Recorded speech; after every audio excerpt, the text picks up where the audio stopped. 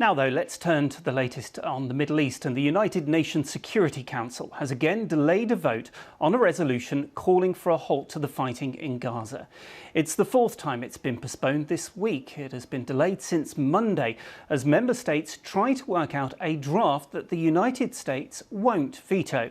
Our United Nations correspondent, Neda Tawfik, has the latest from New York.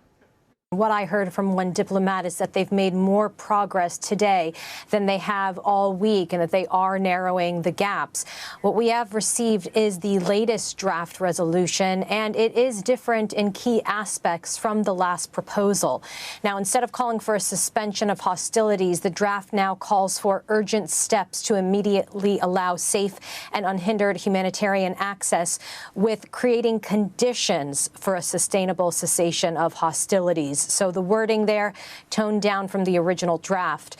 The resolution on the table now also appoints a senior humanitarian and reconstruction coordinator that will then appoint a UN mechanism to try to speed up aid into Gaza. So it's all quite a mouthful, but these are the proposals on the table.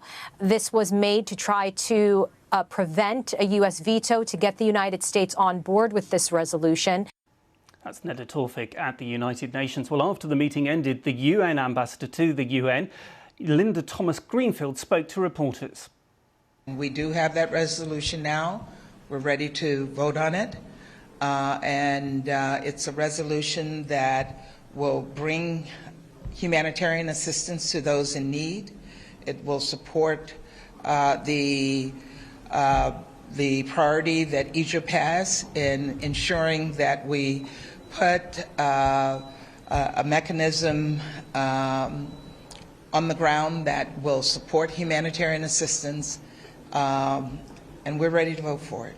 That's the US ambassador at the UN. Well, let's cross to Joe Floto, who is our Middle East bureau chief. He's live in Jerusalem for us. Joe, thank you very much for joining us. Let's talk about this resolution. How significant would it be if the UN signs up to it?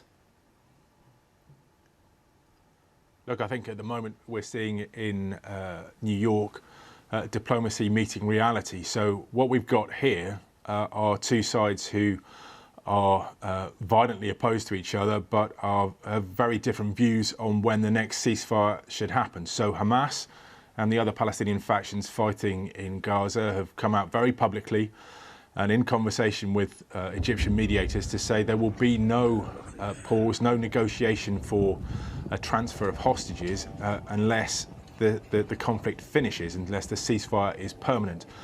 On the Israeli side, they say, well, we're not going to agree to that because we are fighting an enemy who inflicted a huge amount of suffering and damage on our country on October the 7th and continues to fire rockets into Israel. The Israeli Prime Minister says we won't stop until Hamas is destroyed, but Israel is open to a longer ceasefire in exchange for hostages. But I have to be realistic here.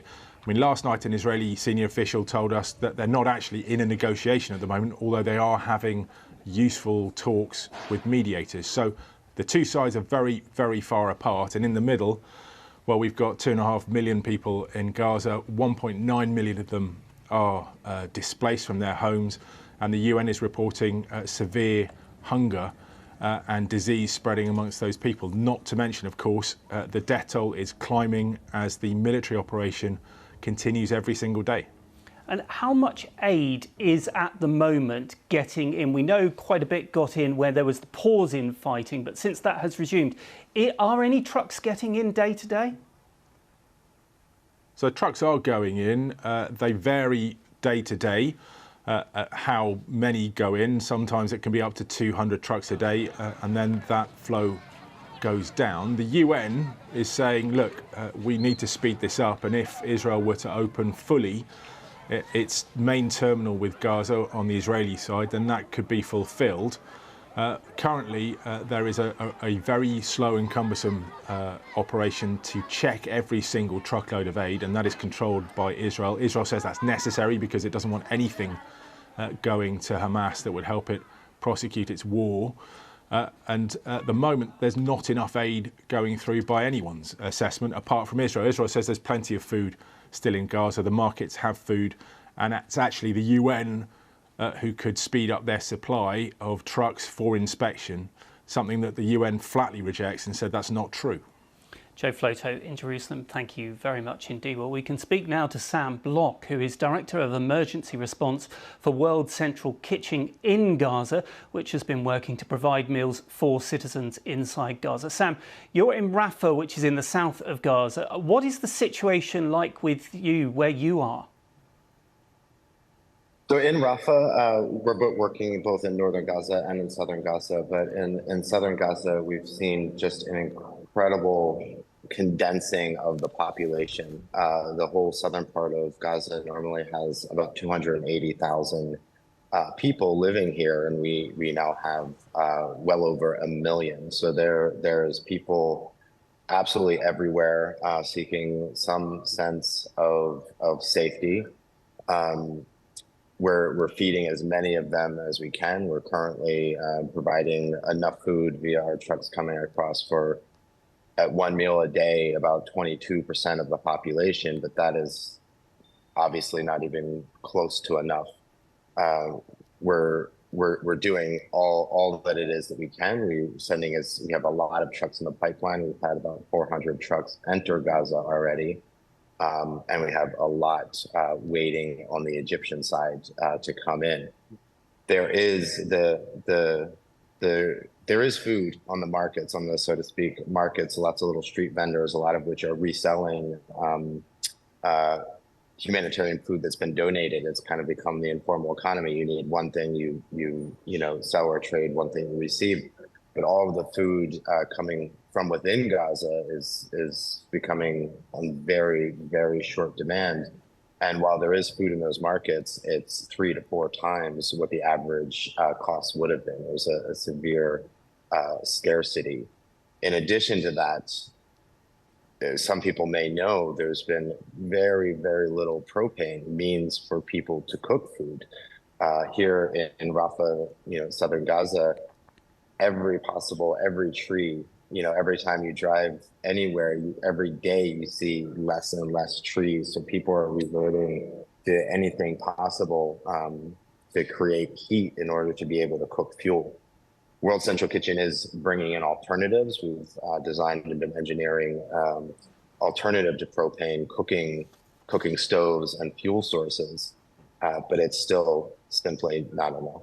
You mentioned you're in the south of Gaza. What is the situation like in the north? Is it much worse there? The reports are really, really hard to handle. I will be going up to Gaza City tomorrow, especially even in the hospitals. We're getting reports from the hospitals to where they would prefer water over medical attention because that's how immediate the need is. So we'll be taking food and water up there again. It's been trickling up. It's very challenging to get the food into Gaza, but into southern Gaza, but then to get it up to even the hospitals in northern Gaza, it's extremely challenging. So we're hoping to be able to push more up. We were able to push a lot up during the last ceasefire. We're definitely hoping for a ceasefire to really get as much as we possibly can to northern Gaza and Gaza City. Are you hopeful of that happening at any point in the near future? Hopeful's a big word. Things are changing here daily, so you really have to be addressing every situation from day to day, moment to moment, and being as ready as possible. We have multiple contingency plans every single day for every action that we do. So yes, hopeful, but then also constant planning and backup plans to do as much as we can. Okay, Sam Block, Director of Emergency Response for World Central Kitchen in Gaza. Thank you very much for joining us.